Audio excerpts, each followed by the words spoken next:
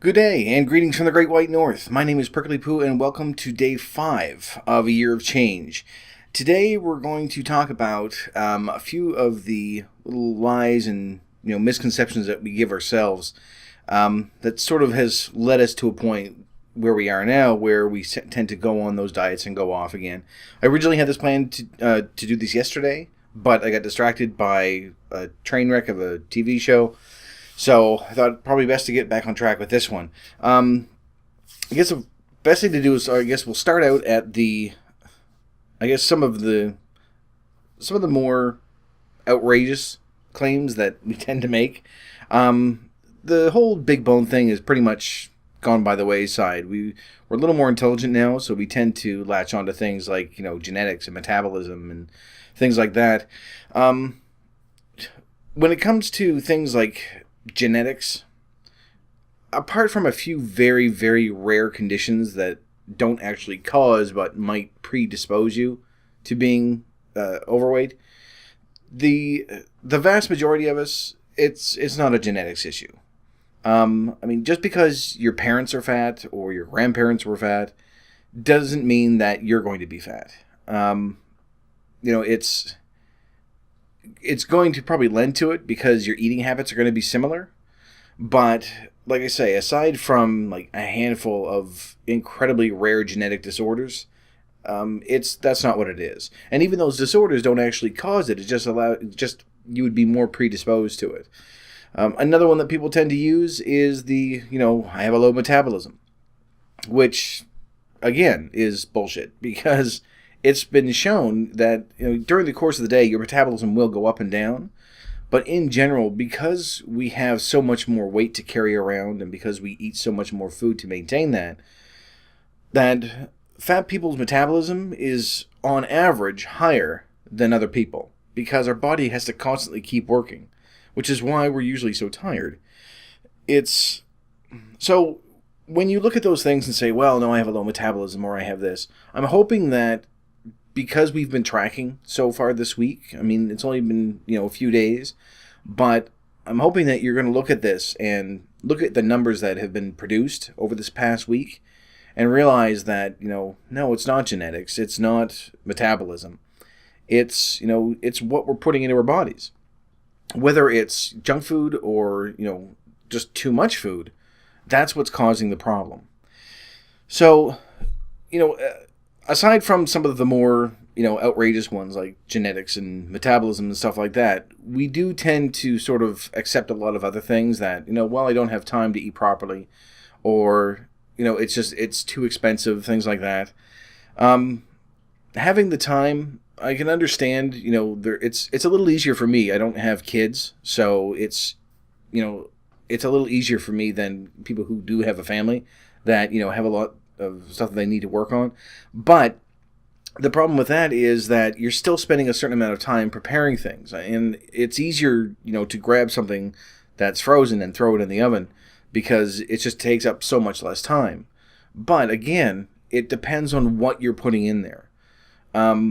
Say if you're taking, 15 minutes to, throw a pizza in the oven, that same amount of time can be used for other stuff. And pizza isn't bad, by the way. I'm not saying, oh, no, you can never have pizza. I'm just using that as an example. So, while part of it is going to be, if you were preparing everything from scratch, then yes, that's going to take a bit of a time investment. But, the vast majority of stuff that is still just ready to eat is you can still get stuff that's not going to be, laden down with, grease and butter and buckets of cheese and stuff like that. So, granted, they aren't as good, but they are out there. So, the whole time thing, again, it sort of goes hand in hand with, saying, well, it costs so much to eat healthy.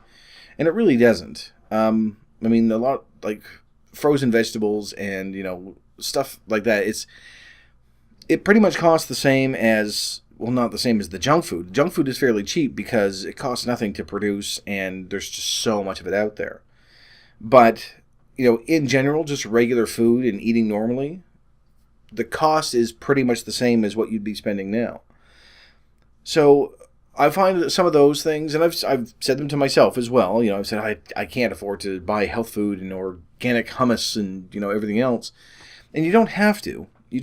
I just had to stop buying things, like 10 pizzas at a time and the extra cheese and everything else, and just living off that and eating so much.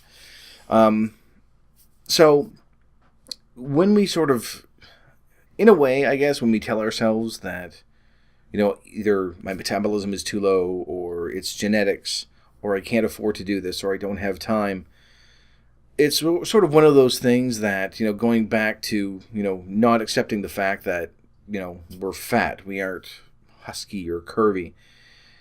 It's just another way to sort of, whether it's conscious or subconscious, to lie to ourselves, to keep us, on the path that we've been going. Because change is very, very difficult, and we don't want to. It's like quitting smoking. Everyone knows it's bad for them, but some people simply don't want to, because it relieves stress. It makes them feel better. At the time, same thing with food. Like, we've all had those days when you're just having a really shitty day, so we go for food. And it's not because we think, well, this is cheaper or anything else. It's because, that grease and sugar, and caffeine and all the good stuff that comes along with it makes us feel better. So when you look at those excuses, it's not that we're consciously lying to ourselves, but it sort of puts in our head, that, well, what's the point of trying? It's hopeless. It's genetic. I can't do that. Or I can't afford to buy health food, so I'm sort of stuck this way. So that's another aspect that I think that we should try to change over this next year, because it's not something that we have to stick to. As this goes on, I'm going to show you, that in some cases, yes, maybe, like if you're going out and buying fresh vegetables every single day, as opposed to the junk food, of course it's going to be a bit more expensive, because junk food is insanely cheap. But you're going to be eating better, you're going to be feeling better, you're going to be eating less of it. So instead of spending, $10 on cakes and chips and stuff like that, it'll be $10 on, chicken, or, I know some of you at this point are just going, don't worry. You're never going to get to a point when I'm going to say, okay, we have to eat Brussels sprouts now. Incidentally, if you're a parent and you're buying Brussels sprouts, you're a horrible parent. Stop buying it. Your kids hate it. Adults hate it. No one likes it. And if you're one of those people that likes Brussels sprouts, you're fucking weird, because no one likes them. There's plenty of other vegetables out there that we're going to get into once we start getting into the actual food portion of it that are really, really good. It's not going to be like, oh, nope, broccoli and raw spinach. There's stuff that's out there that's really, really good that you're going to enjoy, even the picky eaters among you. Now, picky eaters, it may be a bit more difficult for you in the long run with this program, just because we are going to be adding different things that you're probably not used to eating. We're going to be not really restricting what foods that we eat, but as we go down this year-long trip, you're going to find you're not going to want to eat, the same stuff that you have been eating. So, and some of them, they're still, fairly cheap. You're going to be readily available. You're not going to have anything really exotic, that you're not going to be able to buy unless you go to a specialty store. I said it again. Unless you go to a specialty store. Anyway, specialty place and spend $30 on, is going to be something that you can get at your grocery store, close by. But again, that's quite a ways down the road.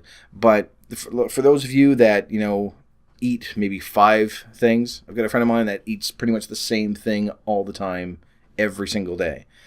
It is going to be a bit more difficult for you, just because you're going to have to try new things. If you don't like them, you don't have to stick with them. We're going to have plenty of options that you will find something that will be okay. So, I'm getting off track here. So, in keeping with that,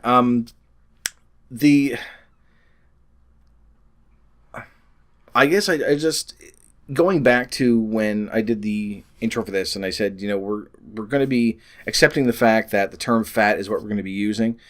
It's the same thing with this, is that we need to accept the fact that what we're doing to ourselves is our own fault. I mean, there may be some of you out there that has one of these rare genetic disorders, but again, it just predisposes you to it. It doesn't cause it. The only cause, and I've said it before, the only cause of us being fat is we eat too much and we do too little. If we ate normally and did more, we wouldn't be in the shape that we're in. So I'm hoping that, throughout this week, as you've been tracking your food, you're noticing that, you have that goal as to what you would need to eat if you were to lose 2 pounds a week. And if some of you are going above that, then, that's going to show you what we're putting into ourselves. And that it's not genetic. It's not a low metabolism. It's our eating habits. And that's what we need to change. So myself included. So, which oddly enough, and we'll touch on this later on about those really hardcore cravings that we're going to end up getting. I haven't eaten fried chicken in probably 20 years. And for some reason, yesterday, I don't know if it was because I was talking about that TV show or not, I had about an hour where I was really tempted to go and buy some, which I was surprised is actually less calories than I thought it was, like by half. But we'll get into that later on. But just so you know, I didn't do it. I'm sticking with you. Everything's good. Things are fine. So anyway, that's pretty much it. I just sort of wanted to touch base on these things and, again, reiterate that it's not anyone's fault that we're fat. I mean, it's the same thing as, if your family is fat, then you've picked up those eating habits from them. So that's contributed to it. But in the end, in the long run, we're the ones that are causing this. So we're going to change that. We're going to get to a point where, we aren't eating the way that we're eating now. And we're going to be able to, start getting that weight down, eating better, feeling better. And part of the focus of this program is, and you can do this with your family as well, is that once we start getting into that pattern and we start feeling better, we're going to want to help other people to do it.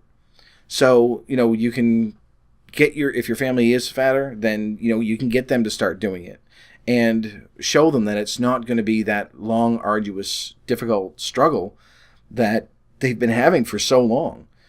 That, some of us, and myself included, we've been dieting for years. Well, we've gone on and off diets for years and years and years. And we always say the same thing, it never works, and it's just because we quit. So I don't want us to do that. I want us to, take this full year so that at the end of it, we eat differently. We look at it differently. We don't have those misconceptions in our head. We aren't telling ourselves, it's low metabolism, or, I can't afford it, or, I don't like this, or I don't like that. We're going to be able to, look at it properly, eat better, feel better, and get the weight off, and then help other people do it. Because we know emotionally what it does to us. And if we can alleviate that with other people, I can't talk today, I'm sorry. If we can alleviate that feeling in other people, that's so much better. Because we've all been to that point where, we've hit that emotional bottom. Either it's because someone has said something, or we've just seen ourselves in the mirror, or, we've overheard someone commenting even about someone else, or we've seen something on TV or a movie that, you look up there and you think, that's me. And it just, that feeling. We'll get into that as well later on. But if we can sort of get rid of these lies that we're telling ourselves and these misconceptions and just sort of the bullshit that we try to, make ourselves believe, and we can spread that out, we can help, more people. So that's the main goal of this. So I know this week has been really sort of heavy. I want to try to get all the depressing stuff out of the way early on, because I don't want you to go halfway through and then, get hit with something. I want to sort of bring in, all the things that we need to change right away. So I am sorry if this is a bit negative throughout this week, but it will get better. We'll have different topics as we go along, and then once we get on, a regular schedule, then we'll start, just updating things. I'll share some stories, which at the time were horrible, but now are fairly funny. And we'll start talking back and forth that way, and I think it will make things a lot better. So for right now, though, that's it for this video. Thank you very much for watching. If you liked it, hit the like button for me. And in the meantime, stay warm and fuzzy, and I will see you in the next video. Bye-bye.